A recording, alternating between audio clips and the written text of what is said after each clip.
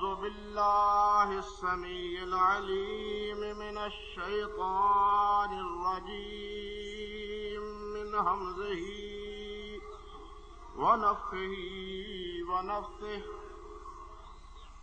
بسم الله الرحمن الرحيم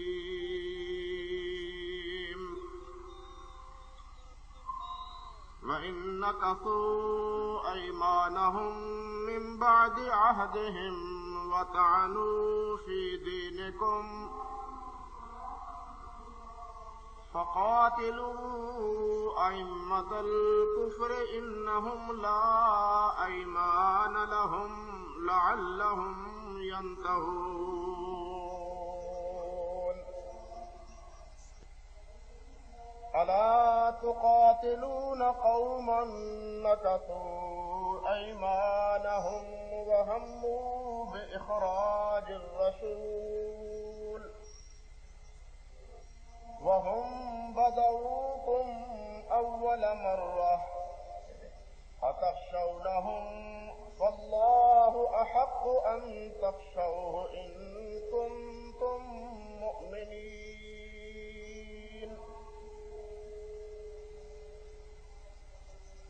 قاتلوهم يعذبهم الله بأيديكم ويخزهم وينصركم عليهم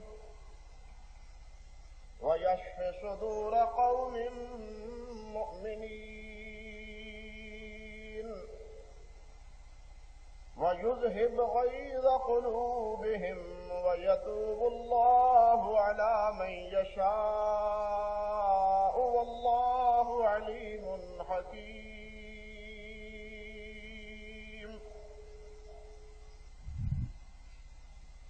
سبحان ربك رب العزة عما يصفون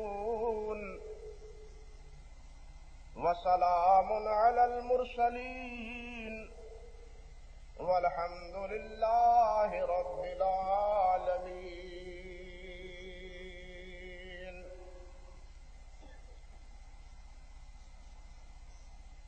محترم سامعین حضرات اور میری قابل صد احترام ماں اور بہنوں، مسلسل اس حوالے سے آپ کے سامنے جمعۃ المبارک کے خطبات میں گفتگو کر رہا ہوں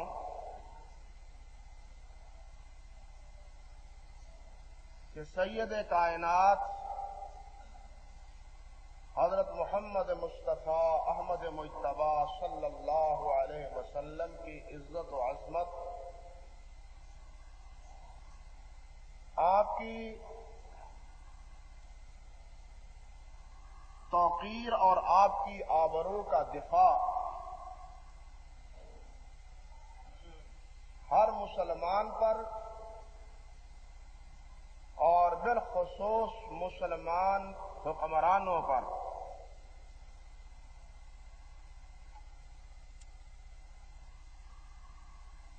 اس سے بھی کہیں بڑھ کر لازم آتا ہے کہ کوئی اپنی جان کا، اپنے والدین کا اور اپنے کسی عزیز کا دفاع کرے اور اس کی عزت و ناموس کی حفاظت کرے۔ والدین سے بھی بڑھ کر سب سے زیادہ شفیق اور رحیم ذات نبی کریم حضرت محمد رسول اللہ صلی اللہ علیہ وسلم کی۔ والدین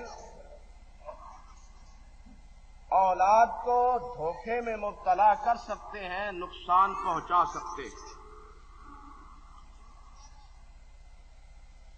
بھائی بھائی کے ساتھ دغا کر سکتا ہے۔ ہمارے معاشرے میں تو بات یہ ہے کہ بھائی شریک ہوتا ہے۔ ماں باپ جس نے بیٹے کو پالا پوسا ہوتا ہے وہ بھی بسا اوقات اپنے اغراض کا تحفظ کرتا ہے، اور یہ آئے دن باتیں سننے اور دیکھنے کو آتی ہیں کہ اپنی اولاد میں سے بعض کے ساتھ ترجیحی سلوک کرتا ہے اور دوسری اولاد اور دوسرے بیٹے بیٹیوں پہ ظلم کرتا ہے، جائیداد نہ دے کے، ایک ہی کے نام ہبہ کر کے، ایک ہی کو وارث بنا کے۔ آئے دن یہ کیس ہمارے سامنے آتے رہتے ہیں،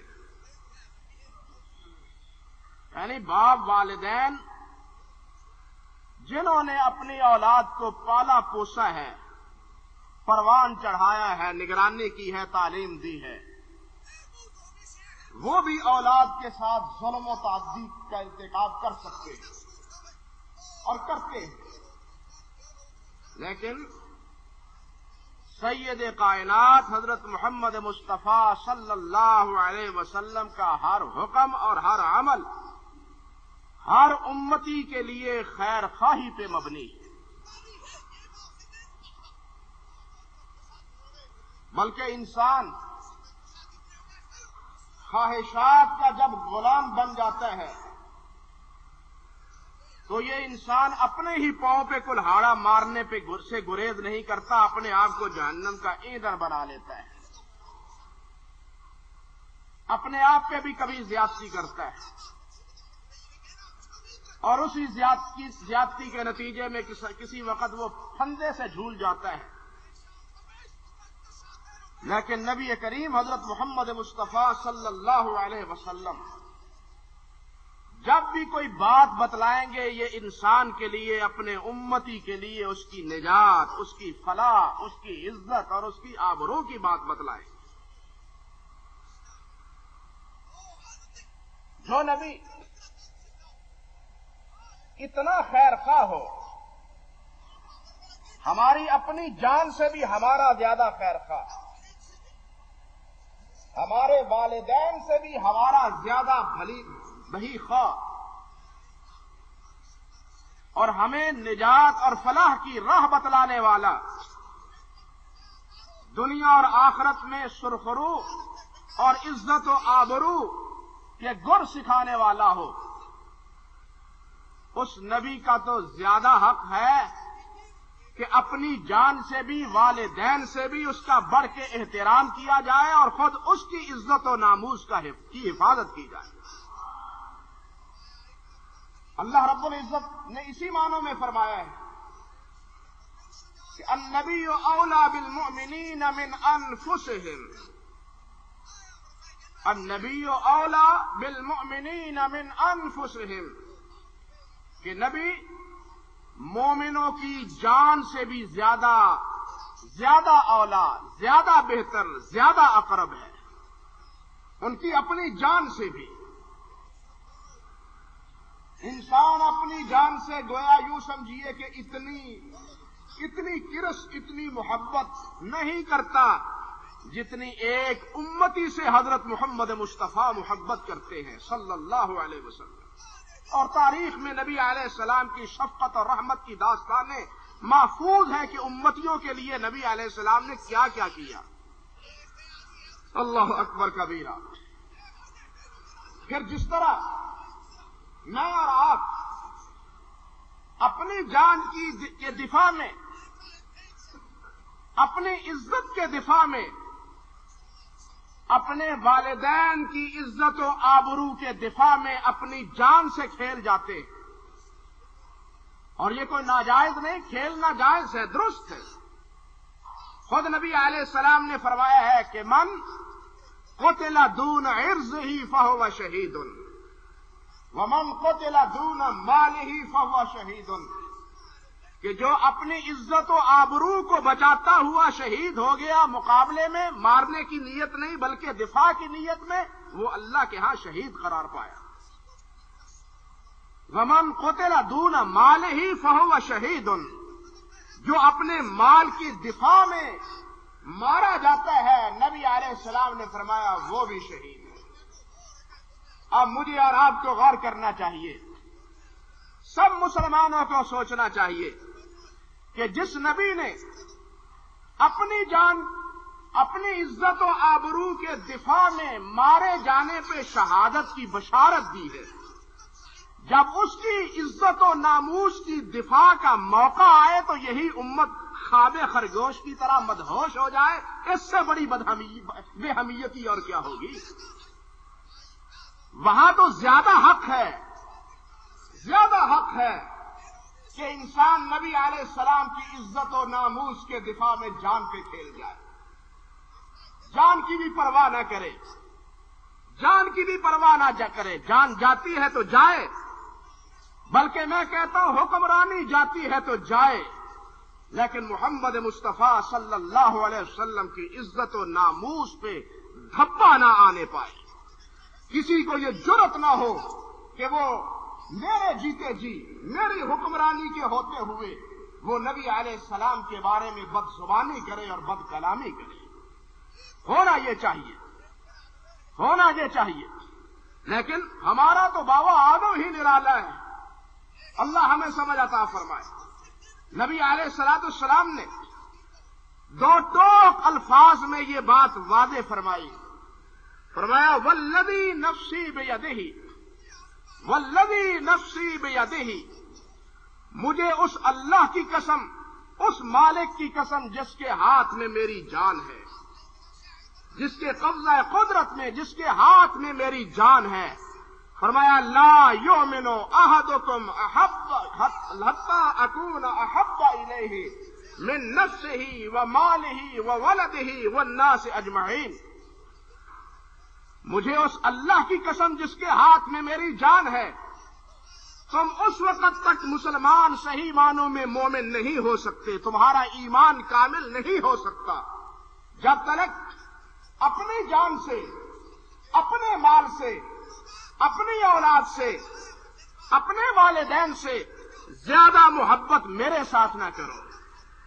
میرے ساتھ جب تک محبت نہ کرو، میرے ساتھ سب سے بڑھ کے محبت، سب سے بڑھ کے دفاع، سب سے بڑھ کے لحاظ اور خیال اپنی جانوں کا تمہیں نہیں ہونا چاہیے، میری جان کا ہونا چاہیے۔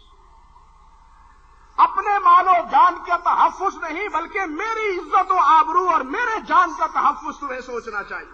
اور صحابہ کرام نے کیا یا نہیں کیا؟ تمام غزوات میں کس طرح غزوہ احد میں 12 افراد تھے جو نبی علیہ السلام کے ارد گرد تھے، جنہوں نے اپنے جسموں کو چھلنی کروا لیا لیکن محمد مصطفیٰ پہ آنچ نہیں آنے دی صلی اللہ علیہ وسلم۔ یعنی صحابہ کرام رضوان اللہ علیہ مجمعین نے اس حقیقت کو لوگوں کے سامنے عملاً ثابت کیا کہ لوگوں اپنے نبی کی حفاظت اور نبی کی عزت و ناموس کی کا تحفظ تم نے کیوں کرنا ہے اور کس طرح کرنا ہے۔ اللہ اکبر! آپ اندازہ کریں کہ یہ جو آیات میں نے آپ کے سامنے تلاوت کی ہے، گزشتہ خطبے میں بھی یہی موضوع تھا، اور انہی آیات کے حوالے سے کچھ باتیں میں نے آپ سے عرض کی تھی، لیکن پہلی 1-2 آیتوں کے بارے میں ذرا پورا تسلسل اور کلام کا پورا مفہوم اپنے ذہن میں بٹھائیے۔ اللہ رب العزت ارشاد فرماتے ہیں کہ وَإِن نَكَثُوا أَيْمَانَهُم مِّن بَعْدِ عَهْدِهِمْ وَطَعَنُوا فِي دِينِكُمْ فَقَاتِلُوا أَئِمَّةَ الْكُفْرِ إِنَّهُمْ لَا أَيْمَانَ لَهُمْ لَعَلَّهُمْ يَنْتَهُونَ۔ فرمایا کہ یہ جو عہد کرتے ہیں کافر، منافق اور کافر، یہ جو انہوں نے عہد کیا کہ ہم آپ سے نہیں لڑیں گے، ہم آپ کے بارے میں کوئی نازیبا اور بد کلامی نہیں کریں گے، فرمایا کہ اس عہد کے بعد انہوں نے عہد کو توڑا۔ نَكَثُوا أَيْمَانَهُم مِّن بَعْدِ عَهْدِهِمْ، عہد باندھنے کے بعد، وعدہ کرنے کے باوجود انہوں نے وعدہ خلافی کی۔ وَطَعَنُوا فِي دِينِكُمْ، اور تمہارے سچے دین کے بارے میں انہوں نے طعن و تشنیع کی۔ فَقَاتِلُوا أَئِمَّةَ الْكُفْرِ، فرمایا یہ کافروں کے جو ائمہ ہیں، امام ہیں، بڑے بڑے رؤساء ہیں، ان کے خلاف جہاد کیجئے، قتال کیجئے، اعلان کر دیجئے کہ ہمارا تمہارے خلاف اعلان جنگ ہے۔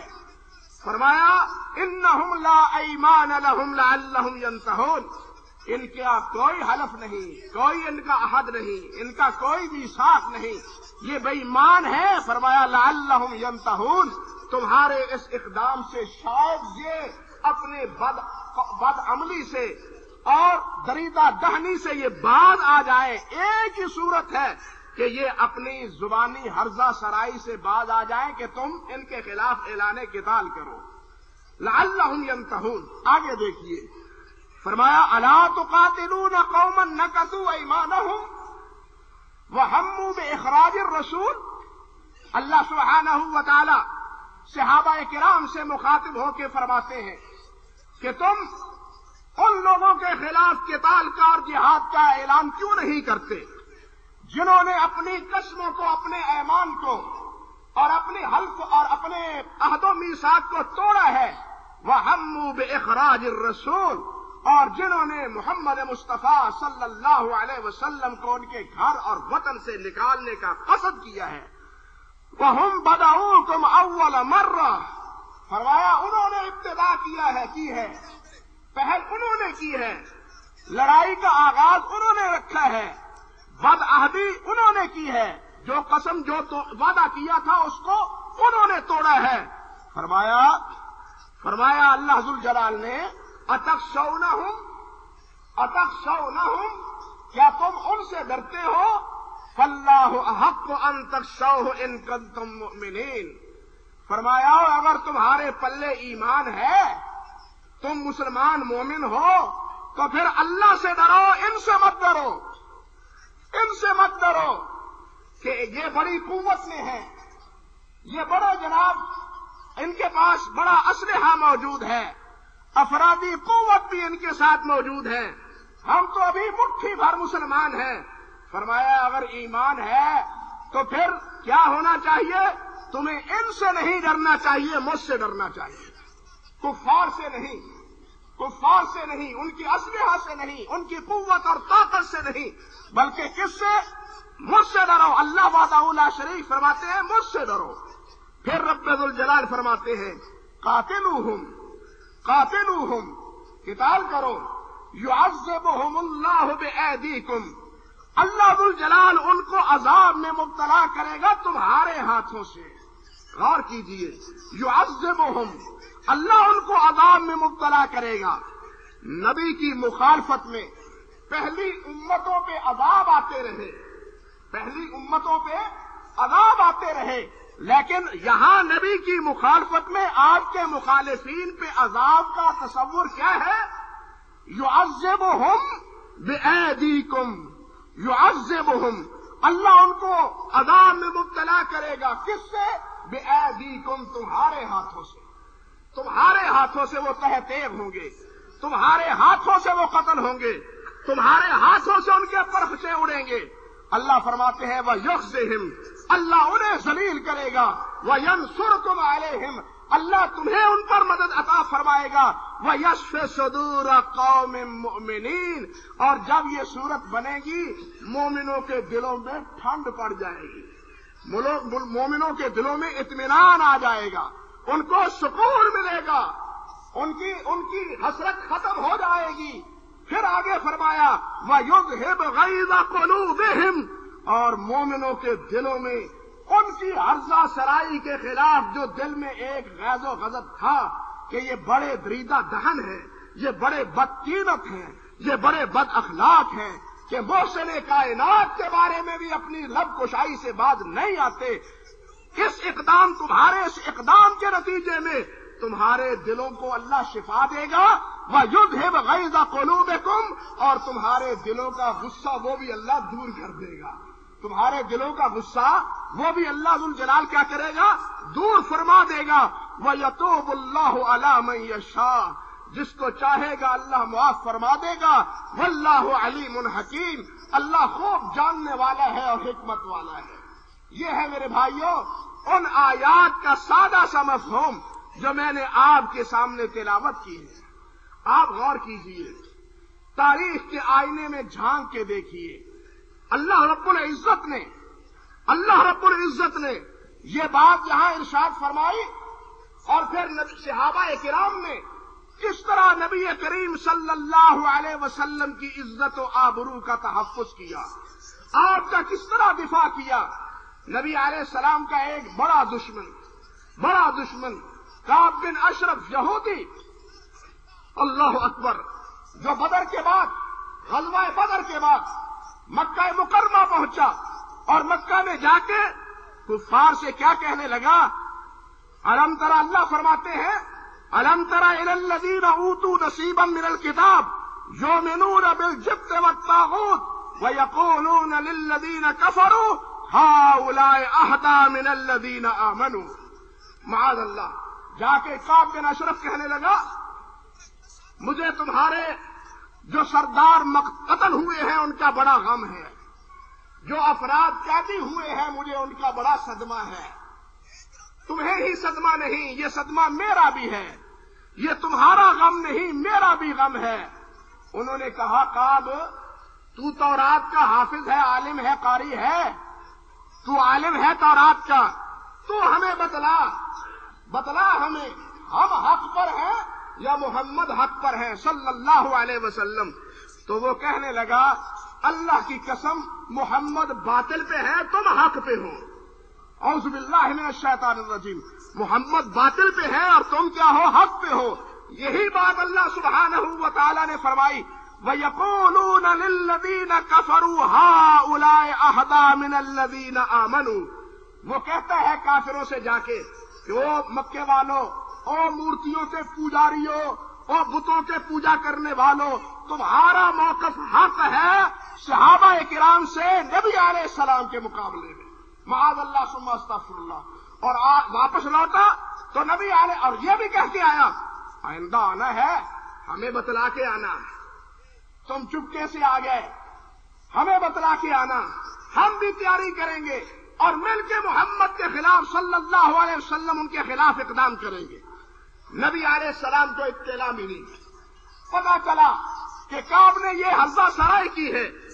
کعب کا بہت بڑا قلعہ تھا، کہا مدینہ طیبہ سے قباء سے آگے جائیں، جنوب اور مشرق کے کونے کی طرف تو آگے بڑھے، آج بھی اس کے قلعے کے آثار موجود ہیں، بڑی بڑی پتھر کی دیواریں اور بڑے حفاظتی نظام، کئی اس کے کمروں کے اشارات اور نشانات اب بھی موجود ہیں۔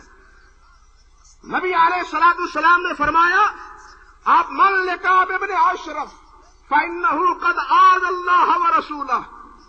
کعب بن اشرف کو اس کے انجام کا تو کون پہنچائے گا؟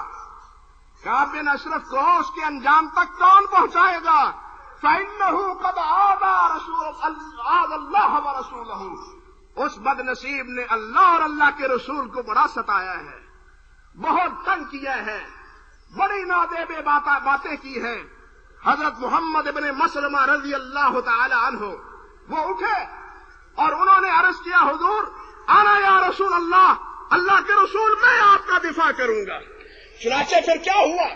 صحیح مسلم میں اور تاریخ کی دوسری کتابوں میں یہ واقعہ پوری تفصیل سے موجود ہے، وقت نہیں کہ اس کی پوری تفصیل حکایت کروں۔ محمد بن مسلمہ اور ان کے دو دوسرے ساتھیوں نے جا کے رات کے اندھیرے میں اس کے عین کمرے میں جا کے اس کو تحقیق کیا، کمرے میں آ کے تحقیق کیا، اللہ اکبر کبیرہ۔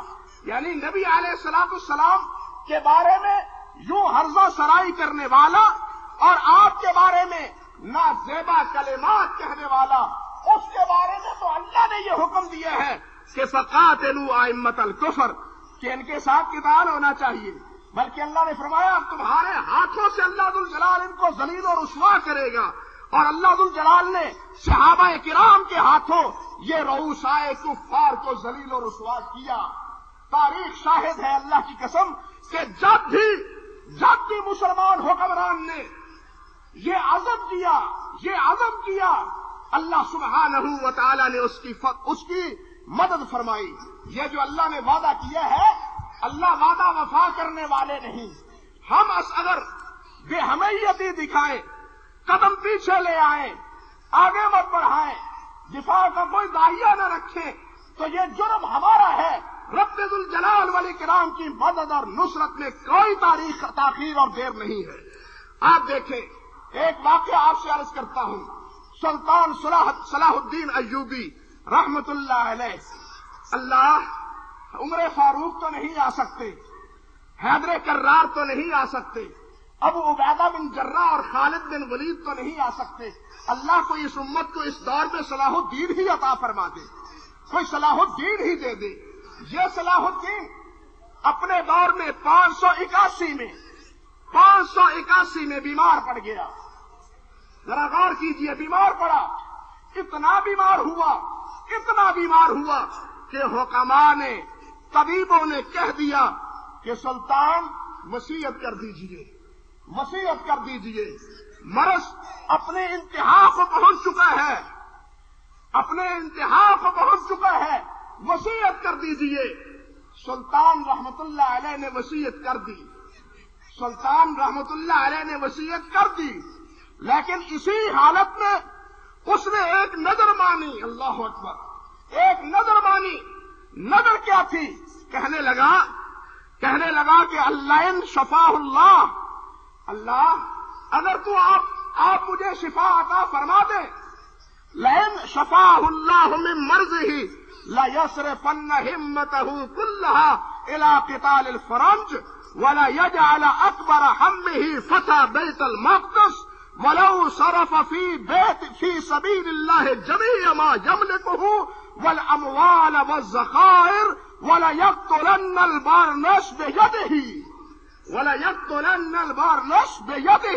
لأنه نقض العهد وتنقص الرسول صلی اللہ علیہ وسلم. اللہ اکبر. وصیت کر چکے حکیم اپنے مرض کو دیکھ کے لا علاج قرار دے چکے. لیکن اسی حالت میں سلطان ایک دعا کرتا ہے، اللہ سے دعا کرتا ہے. دیکھیے کیا دعا ہے. کہتا ہے، اے اللہ اگر تو مجھے شفا عطا فرما دے اپنی مہربانی سے، لَيَصْرِفَنَّ هِمَّتَهُ كُلَّهَ إِلَىٰ قِتَالِ الْفَرَنج، تو میں اپنی تمام تر قوت ان عیسائیوں کی قوت کو پامال کرنے میں صرف کر دوں گا. اللہ اکبر. وَلَا يَجْعَلَ أَكْبَرَ هَمِّهِ فتح بیت المقدس، اور اپنا سب سے بڑا اہم کام میں یہ سمجھوں گا کہ میں نے بیت المقدس کو فتح کرنا ہے. ان نصارا کے ہاتھوں سے بیت المقدس کو آزاد کرانا ہے. یہاں صلیب کا نہیں، محمد مصطفیٰ کا پھریرا لہرانا ہے. یہ سب سے بڑا میرا اور میرا سب سے بڑا یہ مقصد ہوگا. ولو صرف فی سبیل اللہ، اگرچہ خرچ ہو جائیں اللہ کی راہ میں، جمیع ما یملکہ، جتنی میرے پاس دولت ہے، جتنے ذخائر ہیں، جتنے بھی روپیہ پیسہ ہے، قوت ہے، وہ سب کی سب خرچ کرنا قبول ہے. لیکن میں اپنے اس مقصد سے پاؤں پیچھے نہیں پاؤں گا. پھر کہتے ہیں وَلَا يَقْتُلَنَّ الْبَارْنَسَ، اور میں بارنس کو اپنے بے یدی اپنے ہاتھ سے قتل کروں گا. اللہ مجھے شفا عطا فرما دے تو میں اس بدماش حکمران، عیسائی حکمران کو اپنے ہاتھ سے کیا کروں گا؟ قتل کروں گا. کیوں؟ لأنه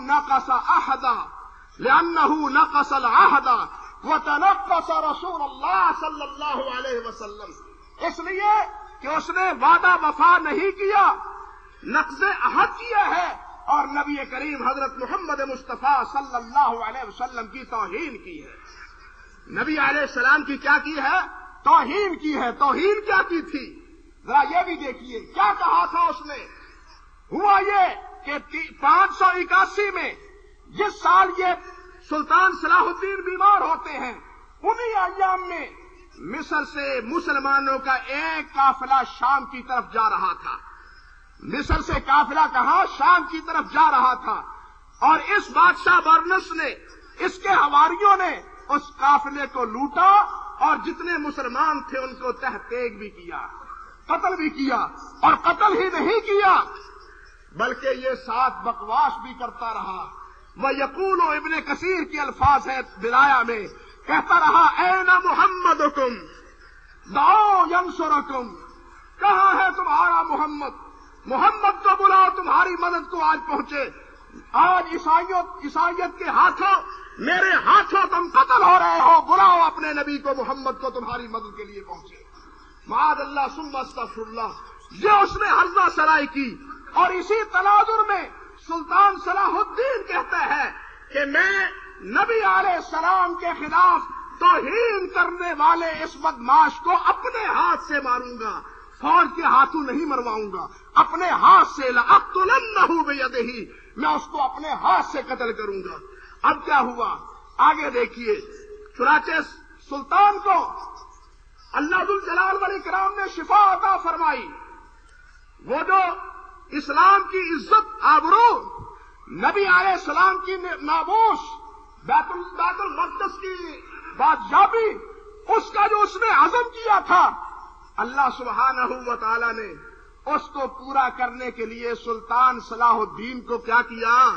شفا عطا فرما دی، صحت اللہ ذوالجلال نے بخش دی۔ اب جب 583 آیا سال، ہفتے کے روز سلطان نے فوجوں کو اس بدماش بادشاہ کے خلاف سب سے پہلے بیت المقدس سے بھی پہلے اس بادشاہ کے شہر کرک، اس کا نام ہے الکرک، اس کا محاصرہ اور اس کا مقابلہ، اس کے مد مقابل آنے کے لیے فوج کو تیاری کا حکم دیا۔ ہفتے کا دن تھا۔ ابن اسیر نے الکامل میں اور حافظ ابن کثیر نے البدایہ والنہایہ میں ذکر کیا ہے۔ ذرا سوچئے کہ سلطان صلاح الدین کے پاس 12,000 کی فوج تھی، 12,000 کی فوج، جبکہ عیسائی بادشاہ کے ہمراہ 63,000 عیسائیوں کا جم غفیر تھا۔ 12 کے مقابلے میں کتنا؟ 63,000۔ اور لڑنے مرنے کے لیے کس عزم سے آئے ہیں؟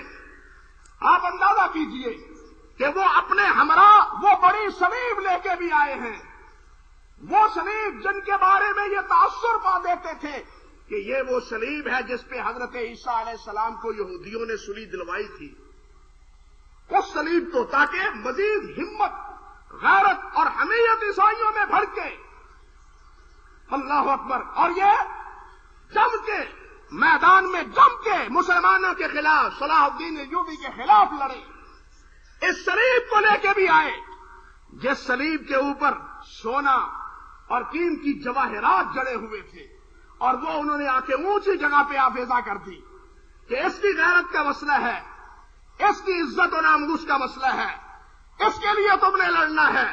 اس عزم کے لیے سلطان کے مقابلے میں جناب یہ بارنس وہ آتا ہے مقابلے کے لیے۔ اب دیکھیے مقابلہ ہوتا ہے، لڑائی ہوتی ہے، نتیجتاً وہ جو اللہ سبحانہ و تعالی نے ارشاد فرمایا تھا کہ تم نکلو اپنے نبی کی، اپنے دین کی عزت و آبرو کے لیے تم نکلو، قاتلوہم یعذبہم اللہ بایدیکم، قتال کرو، اللہ تمہارے ہاتھوں سے ان کو عذاب مبتلا کرے گا، تمہارے ہاتھوں سے۔ اللہ نے 550 سال بعد بھی، کہنا چاہیے کہ 550 سال بعد، بلکہ 650 سال بعد بھی اللہ ذوالجلال نے یہ وعدہ وفا کیا، یہ وعدہ پورا کیا۔ نکلے ہو دین کی عزت کے لیے، نکلے ہو اپنے نبی کی ناموس کی حفاظت کے لیے اور کفار کا اور کفر کا سر نیچا کرنے کے لیے، تو اللہ فرماتے ہیں میں تمہاری مدد کے لیے نکلوں گا، میں تمہارے ہاتھوں سے انہیں عذاب میں مبتلا کروں گا۔ اب ہوا کیا کہ 12,000 جو مقابلے میں ہے، 63,000 عیسائیوں کے مقابلے میں، دونوں مورخین نے لکھا ہے کہ ہفتے کے روز عصر کی نماز تک، شام ہونے سے پہلے پہلے لڑائی اپنے انجام کو پہنچتی ہے، اور کیا نتیجہ نکلتا ہے کہ 30,000 عیسائی قیدی بن کے حاضر ہوتے ہیں اور 30,000 تحتیب ہو جاتا ہے، مر جاتا ہے 30,000۔ بالکل صفحہ ہستی سے مٹ گیا، گردنیں اڑ گئیں، اور 30,000 وہ کیا ہے، وہ قیدی ہو کے آیا۔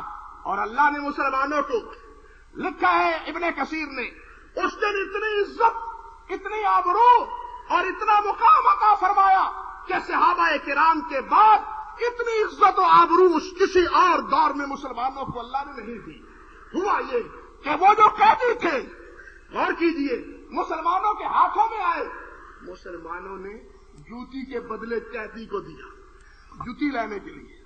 اور سمجھے جوتا لینے کے لیے، جاؤ ہم تمہیں قیدا دیتے ہیں، آدمی دے دیتے ہیں، یہ لے جاؤ اور ہمیں جوتا دے دو۔ یہ آدمی جوتے گم آ گئے نا، ٹوٹ گئے، اب جوتوں کی بھی ضرورت ہے۔ آدمی کے مقابلے میں کیا وصول کیا جا رہا ہے؟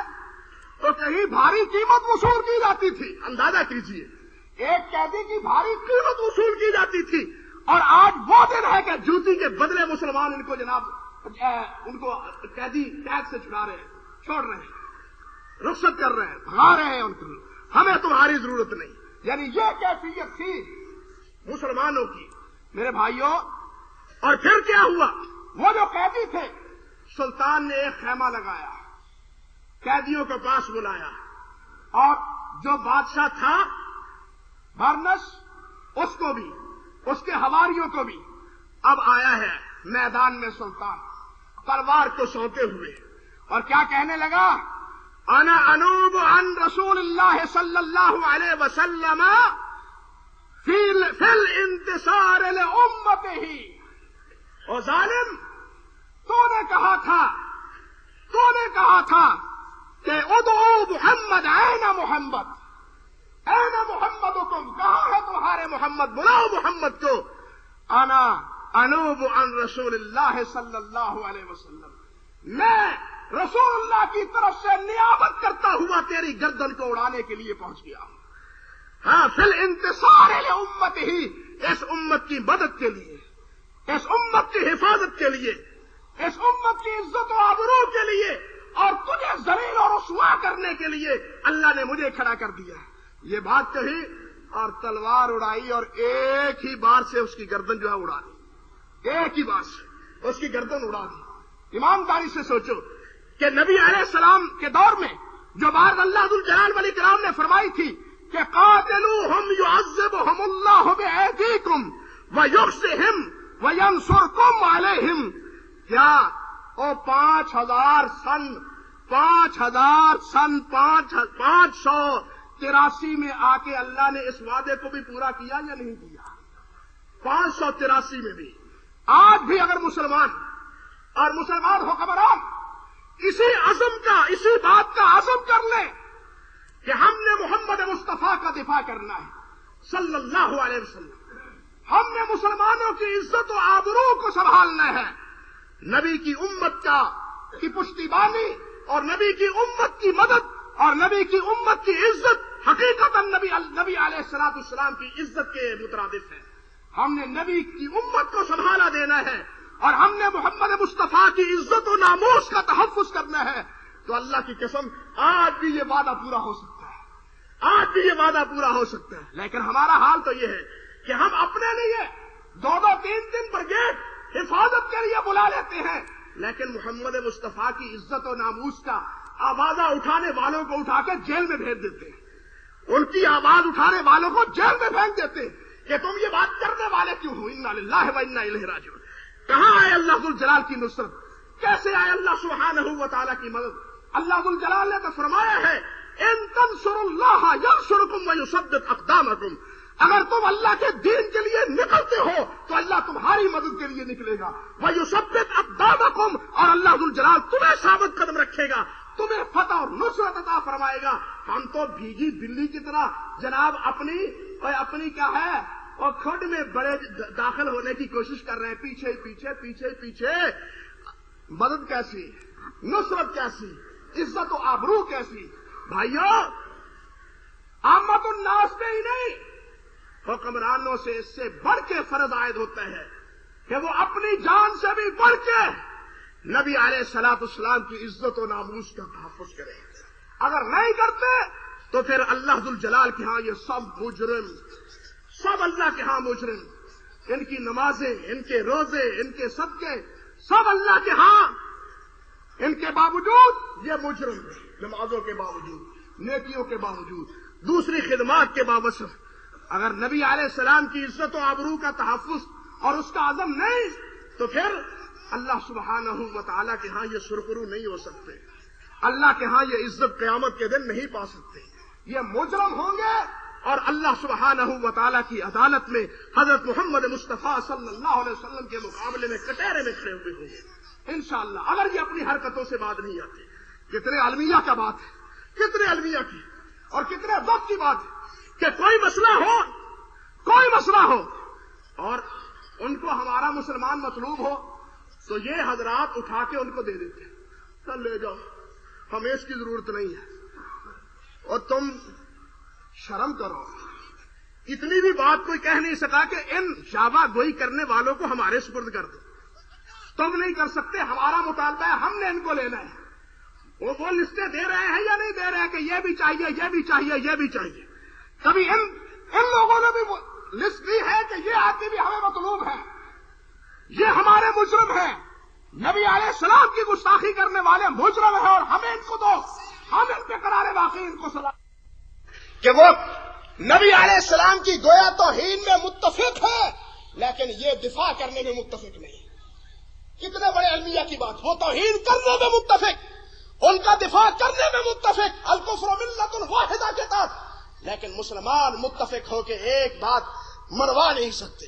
اور آج وقت ہے اور کچھ نہیں تو اقوام متحدہ میں، اقوام عالم میں نبی علیہ السلام کیا تمام انبیاء کرام علیہ السلام کی عزت و ناموس کا ایک بل پاس کروایا جائے، ایک قانون بنوایا جائے۔ اگر آج یہ قانون نہیں بنوا سکتے تو پھر آئندہ کوئی بھی یہ مت سمجھے کہ ہمارے نبی علیہ السلام کی عزت و آبرو محفوظ رہے گی۔ آج وقت ہے، لیکن ہمارے حکمرانوں نے تو اس بات سے ایسی یعنی دستکشی اختیار کر لی ہے، محض جا کے احتجاج ریکارڈ کرانے کے لیے۔ ہم جی احتجاج کرتے، کون مانتا ہے تمہارے احتجاج کو؟